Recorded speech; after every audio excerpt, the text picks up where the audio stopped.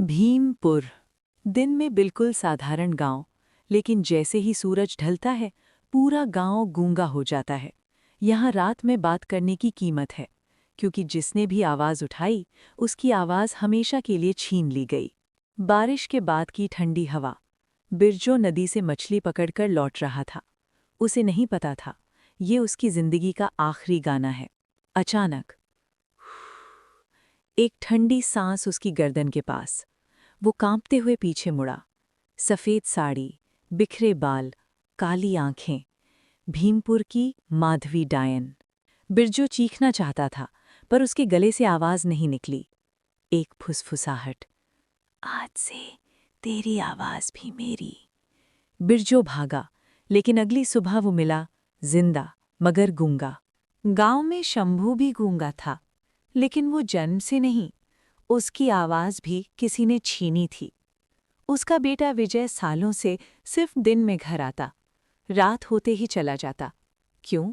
क्योंकि शंभू जानता था माधवी रात में जागती है। सालों पहले तूफानी रात में शंभू लौट रहा था। अंधेरे में एक औरत खड़ी थी। आज तो भाग नहीं पाएगा। भयानक हंसी। शंभू पहचान गया, वो माधवी थी। अगले दिन से शंभू बोल नहीं पाया। गला सही था, पर शब्द गायब। विजय इस बार अपनी पत्नी राधा को लेकर रात में गांव आया। एक रात में क्या होगा, उसने सोचा। स्टेशन से पैदल बांस के जंगल की ओर चले। कोहरा, सन्नाटा। अचानक बांस हिले। ऊपर देखा तो पेड़ से लटकते दो लंबे पैर। मांस कहीं था, कहीं नहीं। राधा चीखी।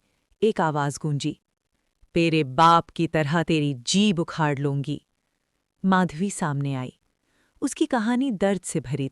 वो कभी डायन नहीं थी, वो थी एक विधवा, जिसे गांव के जमींदारों ने बेइज्जत किया।